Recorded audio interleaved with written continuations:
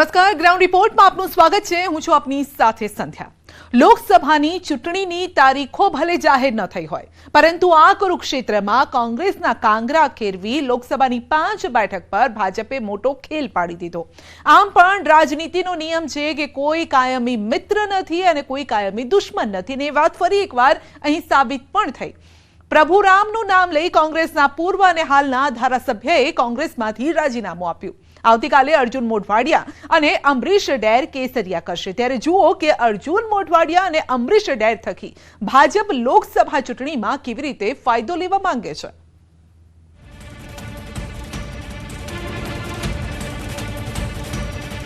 એક ઝાટકે અનેક ઘા, એક જ દિવસમાં બે રાજીનામા। લોકસભા ચૂંટણી પહેલા કોંગ્રેસને ફટકા પર ફટકા। રાહુલ ગાંધીની ભારત જોડો યાત્રા પહેલા જ કોંગ્રેસના પૂર્વ અને ચાલુ ધારાસભ્યના કોંગ્રેસને રામ રામ। CR પાટીલે બસમાં રૂમાલ રોકીને રાખેલી સીટ આખરે ભરાઈ જ ગઈ। ભાઈ શ્રી ધારાસભ્ય ખેર દેર એ પણ હતા, આ તો બધા અમારા જ હતા, પણ નામમાં થોડું ભૂલ થઈ જાય।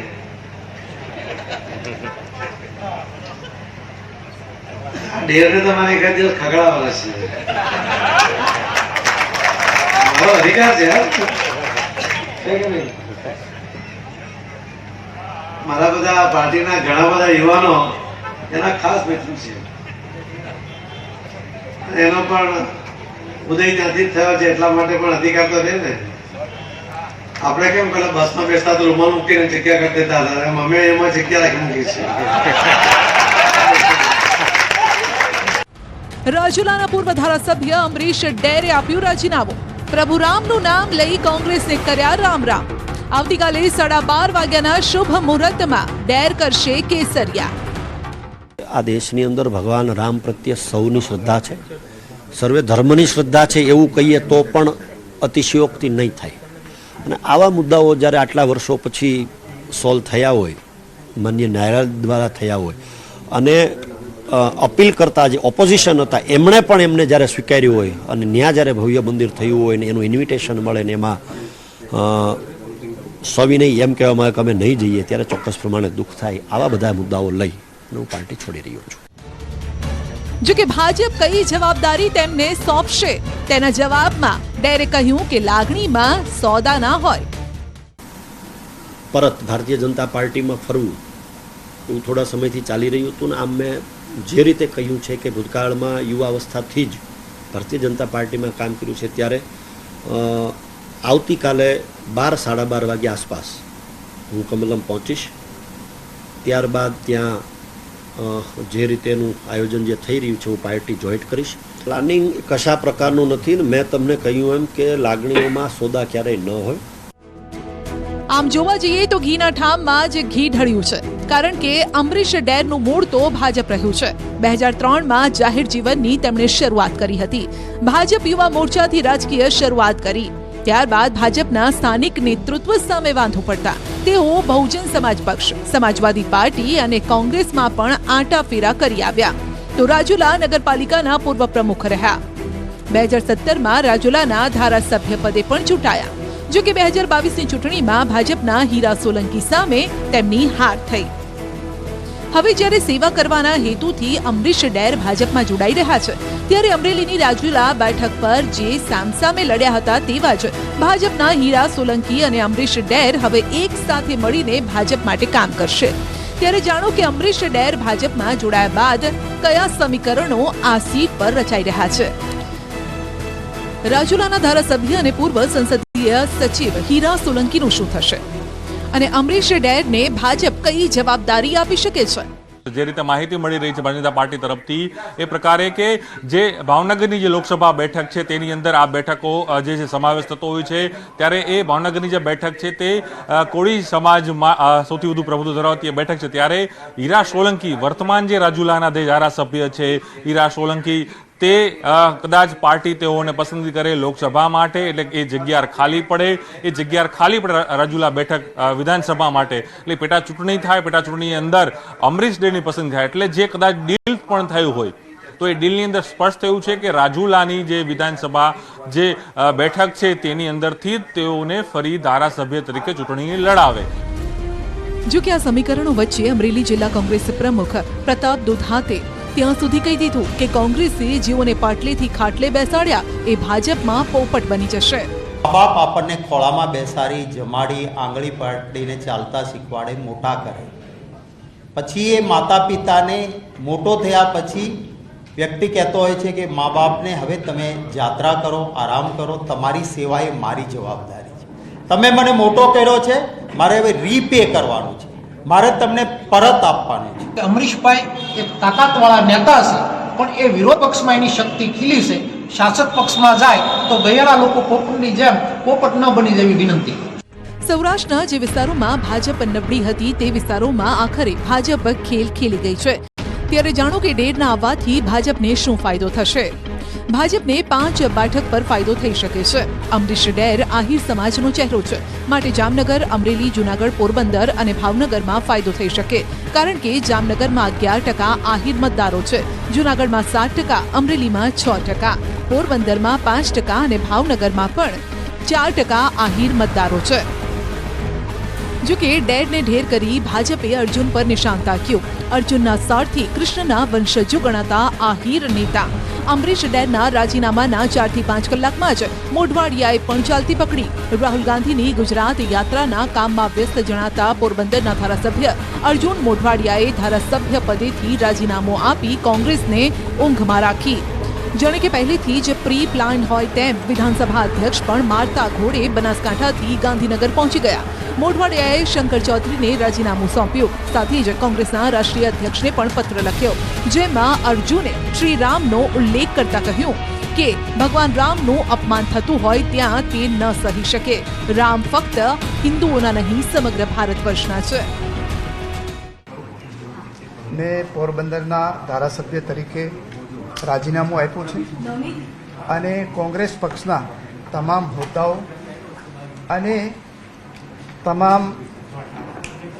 હોદ્દાઓ અને પ્રાથમિક સભ્યપદેથી પણ આજે રાજીનામું આપ્યું છે. પ્રાણ પ્રતિષ્ઠા મહોત્સવનું આમંત્રણ મળ્યું, એ આમંત્રણ ઠુકરાવવામાં આવ્યું. એ વખતે મેં મારો અવાજ રજૂ કરેલો હતો કે આ પ્રજાની ભાવનાને આહત પહોંચાડનારી બાબત છે અને આવા રાજકીય નિર્ણયો આપણે નહીં લેવા જોઈએ. આ તરફ વાવના કોંગ્રેસના ધારાસભ્ય જ્ઞાનીબેને પણ કોંગ્રેસ છોડનાર નેતાઓ પર વરસી અને કહ્યું કે સમય ને પરિસ્થિતિ બદલાતા તેઓના પણ વળતા પાણી થશે. એટલે ત્યાં સ્વતંત્રતા નથી, સરમુખતારશાહી છે, કોંગ્રેસની અંદર લોકશાહી છે. અને એટલે જ હું માનું ત્યાં સુધી એ બહુ લાંબો ટાઈમ કોંગ્રેસમાંથી ગયેલા ત્યાં ટકવાના નથી. વળે પાછો કદાચ સમય પરિવર્તિત થશે તો લોકો જે સત્તામાં રહેવા માટે ટેવાયેલા હોય એ પાછો એ બાજુનો ભરતી મેળો આ બાજુ ટન મારશે. જો કે અર્જુન મોઢવાડિયાની વાત કરીએ તો વર્ષ 1997માં સત્તાવાર રીતે તેઓ ભારતના સૌથી જૂના રાષ્ટ્રીય પક્ષ ભારતીય રાષ્ટ્રીય કોંગ્રેસ સાથે જોડાયા. 2002માં પોરબંદરથી વિધાનસભા ચૂંટણી લડ્યા અને જીત્યા. 2002 અને 7ની વિધાનસભા ચૂંટણીમાં જીત મેળવ્યા બાદ 2012 અને 2017 એમ 2 ટર્મ તેઓ ચૂંટણી હારી ગયા. જો કે 2022માં તેમણે ભાજપના બાબુ બોખીરિયાને પરાજય આપી ધારાસભ્ય બન્યા. ત્યારે હવે મોઢવાડિયા પણ કેસરિયા કરી ભાજપમાં ભળી જશે. ત્યારે રાજકીય ચર્ચાઓ ચાલી રહી છે કે ભાજપ તેમને પોરબંદરથી ફરી એક વખત વિધાનસભાની ચૂંટણીમાં ઉતારી શકે છે, કારણ કે આ એક દાવથી ભાજપને ન માત્ર વિધાનસભા પરંતુ લોકસભામાં પણ ફાયદો મળી રહ્યો છે. કારણ કે મોઢવાડિયા મેર સમાજનો ચહેરો છે. ભાજપ મોઢવાડિયાને પોરબંદરથી ધારાસભ્યની ચૂંટણી લડાવી શકે છે. પોરબંદરમાં મેર અને લેવા પાટીદારનું પ્રભુત્વ છે. પોરબંદર લોકસભા વિસ્તારમાં 9% મેર મતદારો આવે છે. એટલે સ્વાભાવિક રીતે અર્જુન મોઢવાડિયા ભાજપમાં જોડાય તો પોરબંદરની લોકસભા બેઠક પર ભાજપ ફાયદો જોઈ રહી છે, કારણ કે ભાજપે મનસુખ માંડવિયાને પોરબંદરની લોકસભા બેઠક પરથી ચૂંટણી મેદાનમાં ઉતાર્યા છે અને તેઓ પહેલી વખત અહીંથી લોકસભાની ચૂંટણી પણ લડી રહ્યા છે. માટે આ બેઠક વન વે થવા સાથે જ હાઈએસ્ટ માર્જિનવાળી પણ બની શકે છે, જેમાં અર્જુન મોઢવાડિયાની ભૂમિકા મહત્વની રહેશે. આમ કોંગ્રેસ જ્યાં સ્ટ્રોંગ દેખાતી હતી ત્યાં જ તે નબળી બની જશે. આમ પણ કોંગ્રેસ પાસે હવે 14 જ ધારાસભ્ય બચ્યા છે। આ પહેલા સીજે ચાવડા, ચિરાગ પટેલ પણ ધારાસભ્ય પદ પરથી રાજીનામું આપી ચૂક્યા છે। ત્યારે જોવાનું રહેશે કે રાહુલ ગાંધીની ભારત જોડો યાત્રા કોંગ્રેસ કઈ રીતે સફળ બનાવી શકે છે અને લોકસભામાં કયા ચહેરાઓને તે મેદાનમાં ઉતારશે। આ તરફ જગતના તાત પર ફરી એકવાર આફત આવી પડી છે। માવઠું તો વરસી ગયું, પરંતુ તે બાદની જે સ્થિતિ છે તે ચિંતાજનક છે, કારણ કે આ માવઠાએ ખેડૂતોને એવો ઘાવ આપ્યો છે જે રૂઝાતા સમય લાગશે। અમારી ટીમ જ્યારે અસરગ્રસ્ત વિસ્તારોમાં પહોંચી તો ખેડૂતો ગડગડા થઈ ગયા, કેમ કે જ્યાં તંત્ર નહોતું પહોંચ્યું ત્યાં અમારી ટીમ પહોંચી અને અમે ખેડૂતોને મળીને જાણવાનો પ્રયાસ કર્યો કે તેમને કેટલું નુકસાન થયું છે। જોઈએ ગ્રાઉન્ડ રિપોર્ટનો આ અહેવાલ।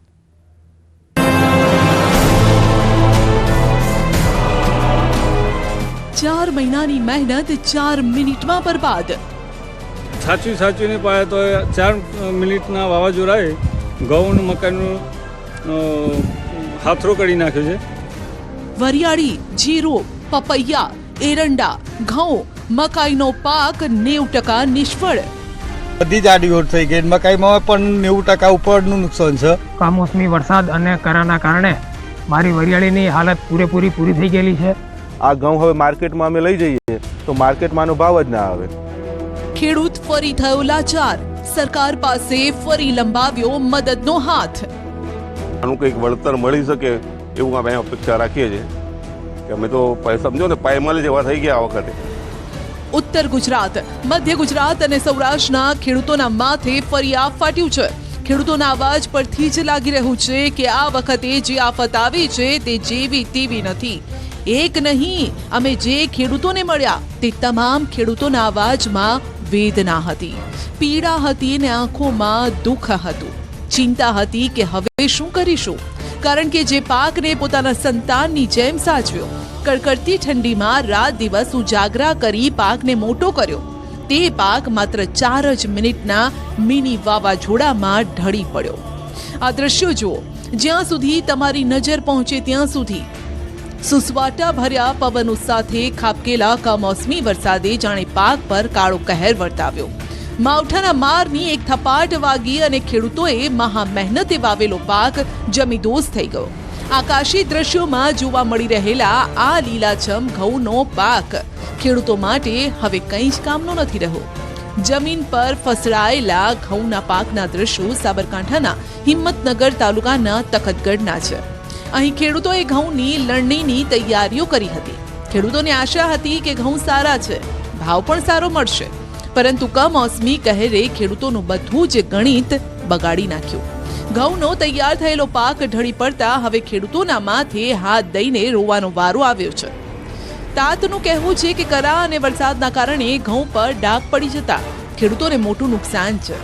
ખેડૂતોનો દાવો છે કે માર્કેટમાં ઘઉંનો ભાવ 700 થી 800 મળવાનો હતો, જે હવે 300 રૂપિયાએ મળે તોય બહુ છે। અત્યારે ઘઉં એટલા બધા નીચા જમીનદોસ્ત થઈ ગયા છે, એમાં કેવું છે કે જમીનદોસ્ત થવાથી વરસાદ એટલો બધો પડ્યો છે, અંદર ઘઉંની અંદર ડાઘી પણ થઈ ગઈ છે। આ ઘઉં હવે માર્કેટમાં અમે લઈ જઈએ તો માર્કેટમાંનો ભાવ જ ના આવે, અને માર્કેટમાં અત્યારે ભાવ 600 થી 700 રૂપિયા ચાલુ છે, પણ આ ઘઉંનો ભાવ 300 રૂપિયા આવે, એટલે ખેડૂતને અત્યારે મોટા પાયે અમને નુકસાન છે। માત્ર હિંમતનગર તાલુકો જ નહીં, સાબરકાંઠા જિલ્લાના વડાલી અને ઈડર તાલુકામાં આનાથી વધુ નુકસાન થયું હોવાનો દાવો છે। આ બંને તાલુકામાં કરા સાથે ભારે વરસાદ થયો, જેને લઈને વરિયાળી અને શાકભાજીના પાક હતા ન હતા થઈ ગયા। ઊભા પાક પર થયેલા નુકસાન અંગે ખેડૂતો વળતરની માંગ કરી રહ્યા છે। આ વર્ષે જે પાક તૈયાર થવાની તૈયાર થયું અને આ કમોસમી વરસાદ અને જે વાવાઝોડું આવ્યું એમાં અમારા ઘઉંનું નુકસાન થયું છે, અને વરિયાળી પણ ભાંગી ગઈ બધી, અને આ બાજુ ચણા અને જે જીરું વાવેલું છે એ પૂર્ણતઃ એકદમ ખલાસ થઈ ગયું છે। અને ગઈ સાલ પણ આવું બન્યું હતું કે ગઈ સાલ પણ અમારે જે પાક તૈયાર થવાનો આવ્યો અને મોટા પાયે નુકસાન થયું। તો આનું કંઈક વળતર મળી શકે એવું અમે અપેક્ષા રાખીએ છીએ કે અમે તો સમજો ને પાયમાલ જેવા થઈ ગયા આ વખતે। સાબરકાંઠા જિલ્લો જ નહીં, ગુજરાતના મોટા ભાગના જિલ્લામાં પવન સાથે ત્રાટકેલા માવઠાએ સોથ વાળી દીધું। પાકમાં આવેલા પપૈયા ખરી પડ્યા, તૈયાર થયેલો ઘઉંનો પાક ઢળી પડ્યો, વરિયાળી થઈ વેરવિખેર અને ચણાનો તો સાવ સોથ જ વળી ગયો। આ દ્રશ્યો ભલે અરવલ્લીના ખેરોજ કંપા ગામના હોય, પરંતુ લગભગ સમગ્ર જિલ્લાના ખેડૂતોની આવી જ દુર્દશા છે। અહીં માત્ર 4 જ મિનિટમાં 4 મહિનાની મહેનત પાણીમાં ભળી ગઈ. હું 10 વીઘાની અંદર ઘઉં વાયા હતા અને પાકીને તૈયાર થવા આવ્યા હતા, પરંતુ કાલે 2 માર્ચના રોજ આવેલું વાવાઝોડાએ વચનતાના 4 જ મિનિટમાં બધો જ ઘઉંનો સાથરો વાળી ગાલ્યો અને બધા જ આડા ઓઢ થઈ ગયા. જે પાકીને તૈયાર હતા એની ક્વોલિટી બધી ખતમ થઈ ગઈ અને બહુ નુકસાનીનો વાળો આવ્યો છે. મકાઈ પણ માળ હતી પણ મકાઈ પણ ખતમ થઈ ગઈ છે. જુઓ આ તૈયાર થયેલો પાક કેવી રીતે પાણીમાં તરી રહ્યો છે. આખા ખેતરની આવી જ હાલત છે. ખેતરમાં તમામ ક્યારાઓ પાણીથી ઉભરાઈ ગયા છે અને તેમાં કાપણી કરીને મૂકેલા ઘઉંના ભારા પણ ડૂબી ગયા છે. મારે 15 વીઘાની અંદર ઘઉંનું વાવેતર હતું. 4 મહિના સુધી કમ્પ્લીટ પાયું. લાઇટ બંધ કરી, મોટર વાયરો હોય તો બંધ કરી દેતા અને સાચવીને પાયા તો 4 મિનિટના વાવાઝોડાએ ઘઉં મકાઈનું હાથરો કરી નાખ્યો છે અને 5 વીઘા મકાઈ હતી એ પણ હાથરો થઈ ગઈ છે. વરિયાળી પણ 50% જેવી પડી ગઈ, ભાગી ગઈ, ડાળ ફોહાઈ ગયા છે. એટલે કે ઘાતકી માવઠાએ ખેડૂતોને મોટો આર્થિક ફટકો આપ્યો છે, જે સહન કરવા માટે ખેડૂતો અક્ષમ છે. જે માવઠું ત્રાટક્યું અને ખેતરમાં ઉભેલા પાકને બરબાદ કરી નાખ્યો. ખેડૂતો જ્યારે ખેતરે પહોંચ્યા ત્યારે આ સ્થિતિ જોઈને તેમનું હૃદય કંપી ઉઠ્યું. હવે ખેડૂતોની માંગણી છે કે સરકાર તેમના માટે માય બાપ થાય અને માથે આવી પડેલી મુશ્કેલીમાંથી તેમને આર્થિક મદદ કરીને ઉગારી લે. સરકારશ્રીને એટલું કહેવું છે કે ખાતર, બિયારણ અને મહેનત જે છે, ખેતર ટ્રેક્ટરની શરૂમાં નાશ હતી છે, એટલી બધી ખર્ચો થોડો ઘણો આપે ને તો બી ખેડૂત થોડો સક્ષમ થાય, બાકી તો લોચા જ છે. અને સરકાર આ વિશે વિચારી અને અમારી મહેનતની તો કંઈ નહીં, પરંતુ એનો અમે જે ખર્ચો કર્યો છે એ ખર્ચો પણ આપો તો પણ સારી વાત છે. ઘઉં ઉપરાંત વરિયાળી અને ડુંગળી પકવતા ખેડૂતોએ પણ અમને પોતાની આપવીતી વર્ણવી. મેં ટોટલ 12 વીઘામાં વરિયાળી કરેલી હતી. કમોસમી વરસાદ અને કરાના કારણે મારી વરિયાળીની હાલત પૂરી થઈ ગયેલી છે, જેના કારણે મને નથી ગણી તોય 10 થી 12 લાખનું નુકસાન આજે તમે જોઈને ખબર પડશે. મેં આ ડુંગળીનો પાક વાવેતર કર્યું હતું. એમાં વીઘાના 40,000નો ખર્ચો હતો ને 5 વીઘામાં વાવેતર કરેલું હતું. લગભગ અંદાજે 5 થી 6 લાખનું અંદાજે નુકસાન છે કમોસમી વરસાદને કારણે. અરવલ્લીમાં પપૈયા પકવતા ખેડૂતોની પણ કંઈક આવી જ હાલત થઈ છે. પપૈયામાં પણ માંડ આવક શરૂ થઈ હતી, પરંતુ જોરદાર પવન સાથે ત્રાટકેલા માવઠાએ પપૈયાના બગીચાને પણ વેરવિખેર કરી નાખ્યો. લગભગ તમામ પપૈયાના ઝાડ બુઠ્ઠા થઈ ગયા. પાન સાથે પપૈયા પણ ખરી પડતા ખેડૂતોને લાખોનું નુકસાન છે. મેં 10 થી 12 વીઘામાં પપૈયાનો પાક લગાવેલો હતો. ખૂબ ઉમળકા સાથે પપૈયાનો પાક લગાવેલો. 40 થી 50 હજાર રૂપિયા વીઘે ખર્ચો કરેલ, પણ કમોસમી વરસાદના કારણે કરા પડ્યા અને ખૂબ નુકસાનનો વેઠવાનો વારો આવ્યો છે. તો સરકારશ્રીને નમ્ર અરજ છે કે આવી પડેલ આફતમાં મદદરૂપ થાય. ખેરોજ કંપા ગામના 50 ખેડૂતોએ ઘઉં, ચણા, બટાટા, પપૈયા, તમાકુ, વરિયાળી જેવા પાકોનું વાવેતર કર્યું હતું. રવિ સિઝન દરમિયાન 1500 વીઘામાં વાવેતર કરાયું. કમોસમી વરસાદના કારણે મોટાભાગના ખેડૂતોને નુકસાન થતા રડવાનો વારો આવ્યો છે. ત્યારે સરકાર દ્વારા સર્વે કરી મદદરૂપ બને તે માટે માંગ કરી રહ્યા છે. ખેડૂતોથી જાણે કે કુદરત રૂઠી હોય તેમ ભર શિયાળે માવઠારૂપી આફત ત્રાટકી. આ આફતે એવી વર્ષા કરી કે કાપણી કરેલા ઊભા પાક અને વાવેતર કરેલા પાકોને ખેદાન મેદાન કરી દીધા. પાટણ જિલ્લાના આ દ્રશ્યો છે, જ્યાં કમોસમી વરસાદ ખાબકતા ખેડૂતોના મોઢે આવેલો કોળિયો છીનવાઈ ગયો. પાટણના સાંતલપુર, રાધનપુર, સમી, હારીજ સહિતના તાલુકામાં ખેડૂતોને મોટું નુકસાન થયું છે. અહીં પણ ક્યાંક ખેતરમાં વાઢેલો પાક પલળી ગયો તો ક્યાંક તૈયાર ઊભા પાક પર પાણી ફરી વળ્યું. ખેડૂતોએ વાવેલા ચણા, જીરું, સુવા, ઈસબગુલ, રાયડો, એરંડા સહિતના પાક પર આકાશી આફત ત્રાટકી અને મોટા ભાગે નુકસાની વહેરવાનો વારો આવ્યો છે. 25 વીઘામાં જીરું છે, એમાં કાપણી ચાલુ છે અને બગાર પુષ્કળ છે. વરસાદ પડવાથી નુકસાન ખરી? આ નુકસાન ખરું, ફૂલ મોટું નુકસાન છે વરસાદમાં કારણે. અરે જીરાનું નુકસાન વધારે આવી ગયું, બરાબર. ચણામાં પછી ઘઉં, પછી એરંડા અને કોળા જીરું, ઈસમગુલ કહેવાય, બધા પાકોમાં નુકસાન ફૂલ છે. માવઠું વાળે સાંટા રાત જોયો કારણ કે બધું પલળી ગયું, બરાબર. માલ તો કે કમ આવે એવો જ નહીં. આકાશી આફતથી ચીકુનો પાક પણ ખરી પડ્યો છે. ભારે પવનના કારણે ચીકુનો પાક પહેલાથી જ ખરી પડતા ખેડૂતોને ભારે નુકસાન સહન કરવાનો વારો આવ્યો. સાથે જ ખેડૂતોને હવે ચિંતા છે કે વરસાદથી તેમનો થોડો ઘણો પાક જે બચ્યો છે તેમાં પણ રોગ આવી જશે, જેથી આ વખતની સિઝન નિષ્ફળ જશે. એટલે જ ખેડૂતોએ સરકાર પાસે મદદની ગુહાર લગાવી છે કે સરકાર કંઈક કરે અને ખેડૂતોની મદદે આવે. બનાસકાંઠા જિલ્લામાં પણ વરસેલા કમોસમી વરસાદના લીધે ખેડૂતો મુશ્કેલીમાં છે. પાકની લણણીના સમયે જ વરસાદ વિલન બનતા ખેડૂતોની હાલત દયનીય બની ગઈ છે. બનાસકાંઠામાં મોટાભાગના ખેડૂતોએ રાયડો, એરંડા, તંબાકુ, બટાકાનો પાક લીધો. જો કે વરસાદે આ પાક સાથે ખેડૂતોની મહેનતને પણ પાણી કરી દીધી. બનાસકાંઠામાં ધાનેરા, ભાભર, ડીસા, વડગામ, કાંકરેજ, લાખણી અને દાંતીવાડા તાલુકામાં 1 થી લઈને 1.5 ઇંચ સુધી વરસાદ વરસ્યો. ભારે પવન સાથે વરસેલા વરસાદે ખેડૂતોને ક્યાંય ન રાખ્યા. સ્થિતિ એવી થઈ ગઈ કે કેટલાક ખેડૂતોએ તો દેવું કરીને ખેતી કરી હતી. હવે આ ખેડૂતો દેવું ક્યાંથી ભરશે? ખેડૂતના હાલત બહુ ખરાબ છે. ખેડૂતને બેગ કેવી રીતે ભરશે? ખેડૂતનું પૂરું કેવી રીતે કરશે? ખેડૂતનું લેણું કેવી રીતે ભરશે? આ રવિ પાક લીધેલો વ્યાજે પૈસા લાવી ખેતી કરી અને આજે પૂરી કાપણી તૈયારી વરસાદ આવી તૈયાર થયો. કુદરત કેમ આ ખેડૂતો પર ખુશ હોય ખબર. આ તરફ ખેડૂતોને થયેલા નુકસાનને લઈ સર્વેની માંગણી ઉઠી છે. ખેડૂત નેતા પાલ આંબલિયાએ સર્વે કરી તાત્કાલિક વળતર ચૂકવવા માંગ કરી છે. સાથે જ સરકાર પર પ્રહાર કર્યા હતા કે અગાઉ થયેલા સર્વેનું હજુ સુધી વળતર નથી ચૂકવાયું. ગુજરાતની અંદર ઘણા બધા વિસ્તારમાં અડધો પોણા ઇંચથી લઈ અને 1-1.5 ઇંચ વરસાદ થયો છે. અને આ 1-1.5 ઇંચ વરસાદના કારણે ખેડૂતોનો રાયડો, ચણા, ઘઉં અને ખાસ કરીને જીરાના પાકને બહુ બધું મોટું નુકસાન થયું છે. અગાઉ આ વર્ષની અંદર 6 વખત કમોસમી વરસાદ થયો, પણ હજી સુધી આ 6માંથી એક પણ વખત વળતર મળ્યું નથી. ત્યારે આ વખતે સરકારને વિનંતી છે કે તાત્કાલિક સર્વે કરવામાં આવે અને એનું વળતર પણ તાત્કાલિક ચૂકવવામાં આવે. આમ હાલ રાજ્યના ખેડૂતોના હાલ બેહાલ થઈ ગયા છે. ત્યારે હવે જોવાનું રહેશે કે સરકાર ખેડૂતોની વહારે આવે છે પણ કે નહીં.